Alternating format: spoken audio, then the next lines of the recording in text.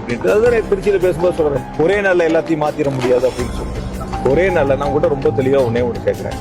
அதாவது எவ்வளவெல்லாம் ஒரு மட்ட ரகமா கீழ்த்தரமா மிக மோசமா பேச முடியுமோ அப்படியெல்லாம் பேசுவேன். கரூருக்கு வந்து பேசுறதை விட்டுட்டு ஒரு பாட்டை பாடி எவ்வளவு மோசமா அந்த நிகழ்ச்சியில பாடுனாங்கன்னு உங்களுக்கு தெரியும். நான் அப்ப பல விளக்கங்கள் சொன்னோம், சட்டமன்றத்திலையும் சொன்ன விளக்கங்கள்.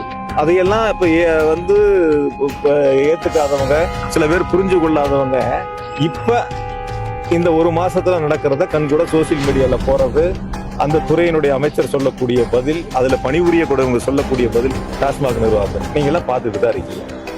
இப்ப என்ன அவங்க கட்டுப்படுத்திட்டாங்க சொல்லுங்க பார்க்கலாம்.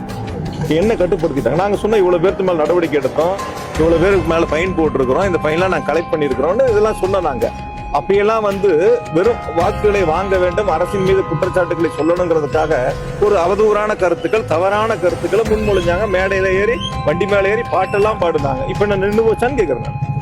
நின்று போச்சான்னு கேட்கிறேன். அதுக்கு விளக்கம் தான் கொடுக்குறாரு அந்த துறையினுடைய அமைச்சர். அத்துறை அமைச்சர் விளக்கம் தானே கொடுக்குறாரு. அப்ப நாங்க சொல்லும் போது ஒரு கருத்தும் அவங்க சொல்லும் போது ஒரு கருத்தான்னு கேட்கறாங்க. அததான் பல பேர் சோசியல் மீடியால கேட்கறாங்க. அப்ப நீங்க பாட்டு பாடுனீங்களே, இப்ப நீங்க என்ன பதில் சொல்ல போறீங்கன்னு கேட்கறாங்க. அதான் நீங்க நடந்துகிட்டு இருக்கு. அதாவது வந்து ஒரு தேர்தல் வாக்குறுதி கொடுப்பதற்கு முன்பாக எதை செய்ய முடியும் அப்படின்னு பார்த்து யோசிச்சு வாக்குறுதி கொடுத்துருக்கணும். அப்படி யோசிக்காம வாக்குறுதிகளை கொடுத்துருக்காங்க. நிறைவேற்றும் போது கூட அதை முழுமையா நிறைவேற்றுவதற்கான முயற்சிகள் எடுத்திருக்கணும்.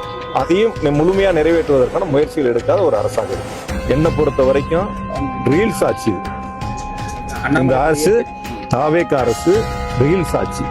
இன்னமும் அந்த ரீல்ஸ் மோகத்துல தான் அமைச்சர்கள் இருக்காங்க, அரசும் இருக்கு. உண்மையான மக்களுக்கான ரியல் ஆட்சியா இது வரைக்கும் அவங்க அந்த பணிகளை தொடங்கல, இனியும் தொடங்குவாங்கிற நம்பிக்கை மக்களுக்கு இல்லை.